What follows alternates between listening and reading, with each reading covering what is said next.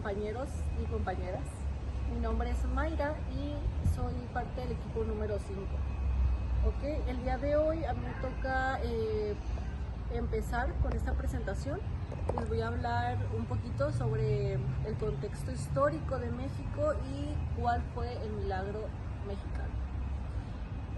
Un poquito del contexto histórico es: después de la Revolución Mexicana, entre los años 1910 y 1920, el país quedó devastado. La economía era principalmente agrícola, había pobreza y desigualdad. A partir de los años 40, con el presidente Manuel Ávila Camacho, entre los años 1940 y 1946, y sobre todo con Miguel Alemán Valdés, entre los años 1946 y 1952. El gobierno empezó a aplicar políticas para modernizar la economía e industrialización mexicana. Básicamente así empieza lo que vendría siendo el milagro mexicano, aplicando lo que estos dos presidentes en aquellas épocas. Y el milagro mexicano fue un periodo de crecimiento económico sostenido en México que ocurrió aproximadamente entre los años 1940 y 1970. Durante estas 3 décadas, el país vivió una gran expansión industrial. Aumentó el empleo, el crecimiento del PIB y estabilidad económica, gracias a políticas gubernamentales enfocadas en el desarrollo interno y la intervención del Estado en la economía. Todo esto lo hablamos de ambos presidentes, que fueron los que principalmente estuvieron involucrados en el crecimiento de México, lo cual pues ya tiene muchísimas décadas que no ha vuelto a suceder.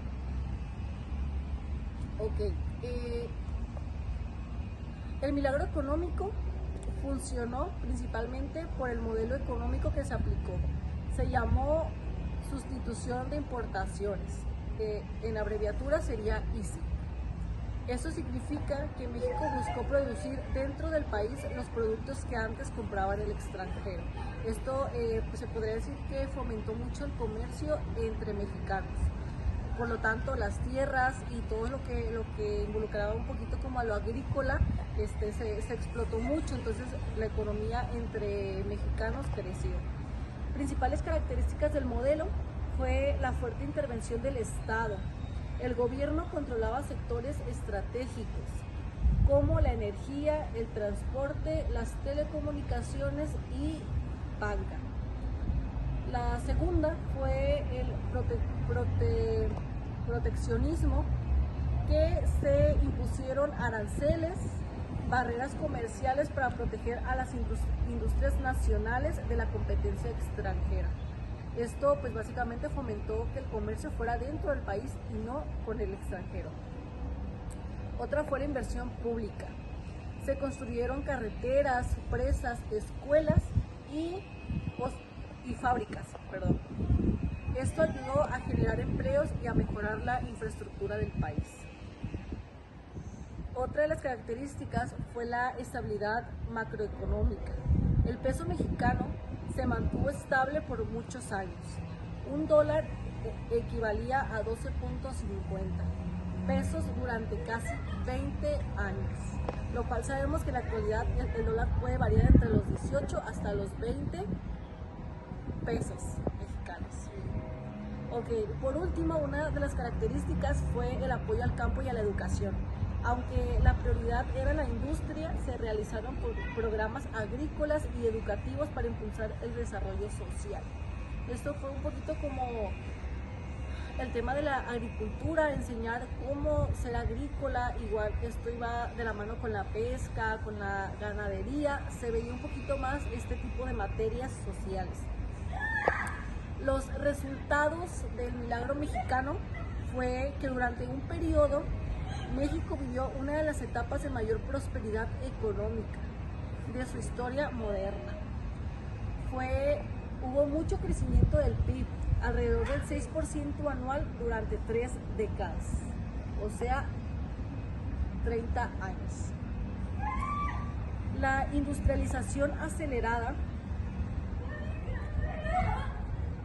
fue el país que pasó de ser agrícola a industrial y a urbano. Fue la expansión de la clase media, modernización de las ciudades, se construyeron grandes obras públicas como el metro de la Ciudad de México en 1969, hubo mayor estabilidad política. El PRI, Partido Revolucionario Institucional, mantuvo el control y garantizó continuidad políticas. Lo que se vio aquí un poquito fue lo de la clase media, el crecimiento. ¿A qué se dio esto? Como el Estado, los gobiernos del Estado impulsaron mucho el consumismo dentro de dicho Estado. Esto impulsó que, por ejemplo, los comerciantes que podrían ser deambulantes o inclusive ganaderos de leches, tierras, impulsó a que su venta creciera. Entonces esto hizo que de ser clase baja a vivir con las ventas diarias, pasara a ser clase moderna, que eso pues fue como uno de los mayores logros de México. O sea, que gente de bajos recursos pudiera vivir una vida un poco más estable, económicamente hablando. Los problemas que presentó esta época y que fue el final del milagro mexicano fue que, a pesar de sus logros, el modelo también generó desequilibrios y desigualdades. Los beneficios se concentraron en las ciudades, mientras el campo quedó rezagado. Hubo dependencia del petróleo y del gasto público. Las exportaciones eran limitadas, lo que causó problemas en divisas. Creció la desigualdad social. Mientras algunos sectores prosperaban, muchos seguían en la pobreza. Y esto pues básicamente es un poquito como de la demanda. Vaya, no todos los sectores tenían la misma demanda, entonces ahí se fue viendo el desequilibrio económico en diferentes sectores. Y bueno, el modelo empezó a debilitarse en los años 70, especialmente durante el gobierno de Luis Echevarría, entre los años 1970 a 1976, cuando aumentó la inflación, la deuda y el desempleo. Finalmente, la crisis económica de 1976 marcó el fin del milagro mexicano. Y con esto pues concluyó lo que fue una de las etapas mayor. Bueno, yo les hablaré sobre la transición hacia la liberación, apertura comercial y reforma de los años 80 a 90. Como punto número 1, tenemos el fin del milagro mexicano y la crisis de 1982. Durante los años 40 a los 70, México vivió lo que se llamó el milagro mexicano, un periodo de crecimiento estable impulsado por la industrialización por sustituciones de importaciones. El Estado protegía la industria nacional con altos aranceles y controlaba la empresa estratégica.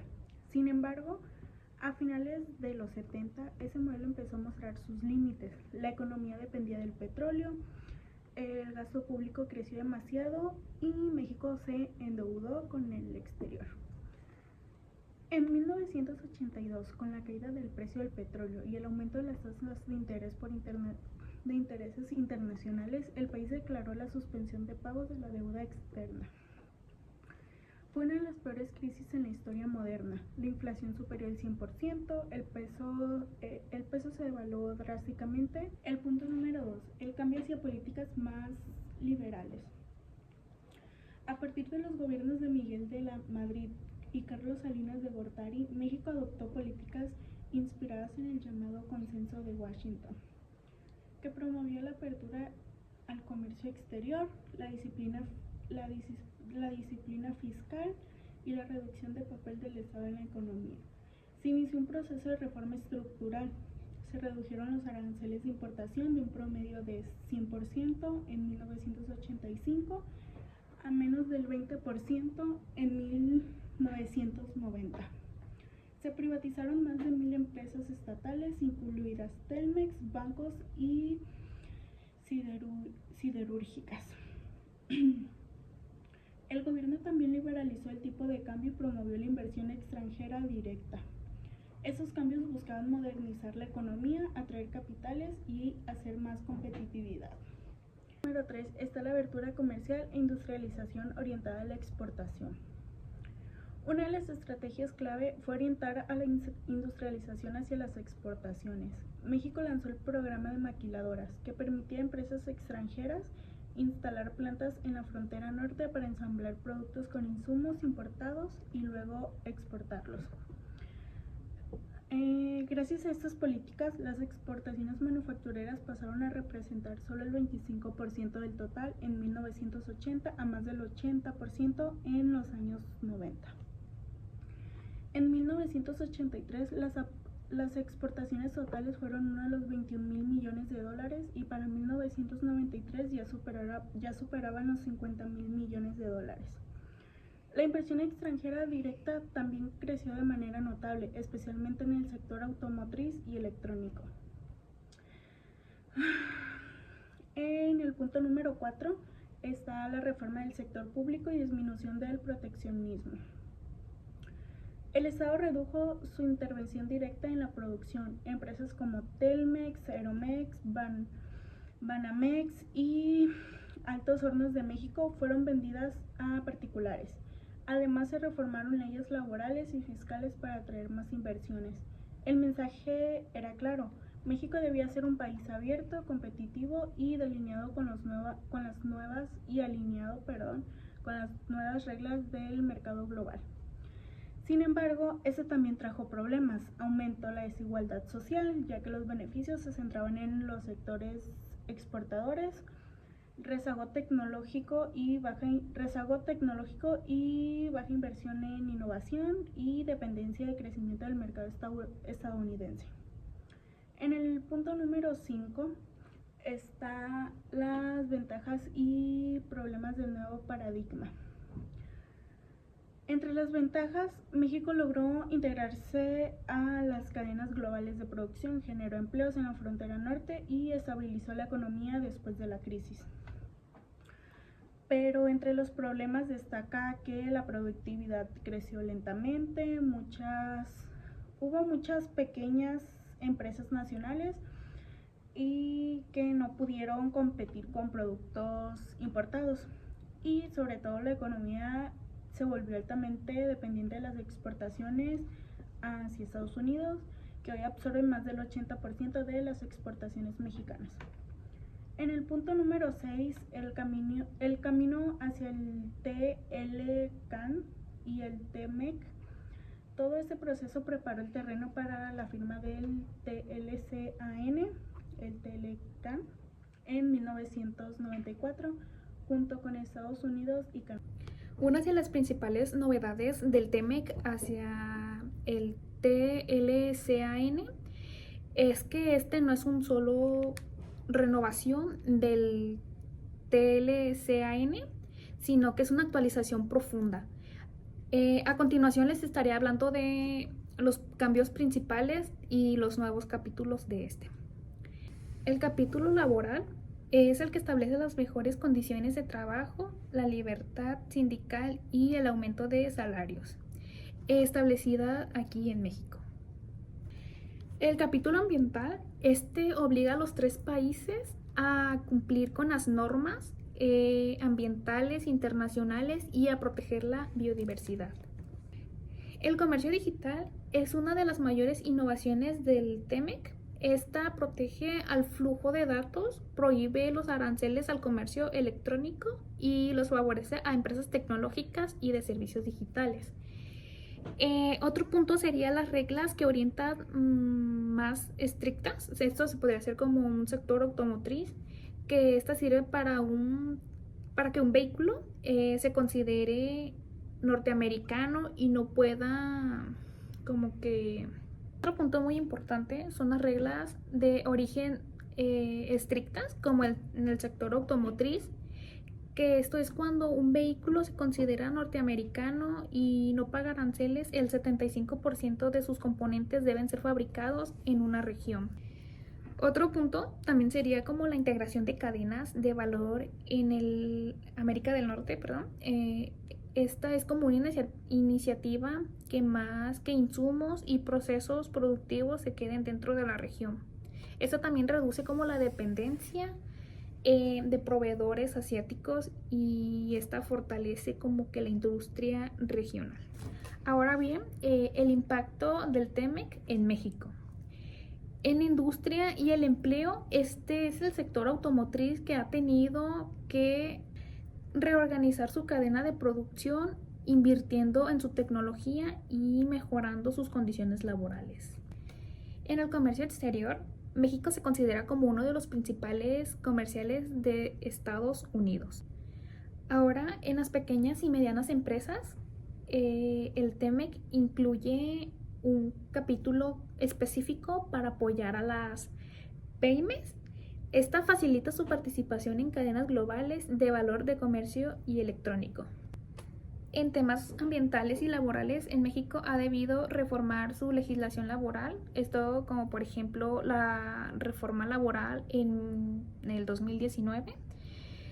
También se fortalece los derechos sindicales, la transparencia y la democracia sindical. Ya para concluir esto, el TEMEC representa una modernización del antiguo TLCAN, adaptando al comercio norteamericano a los retos actuales.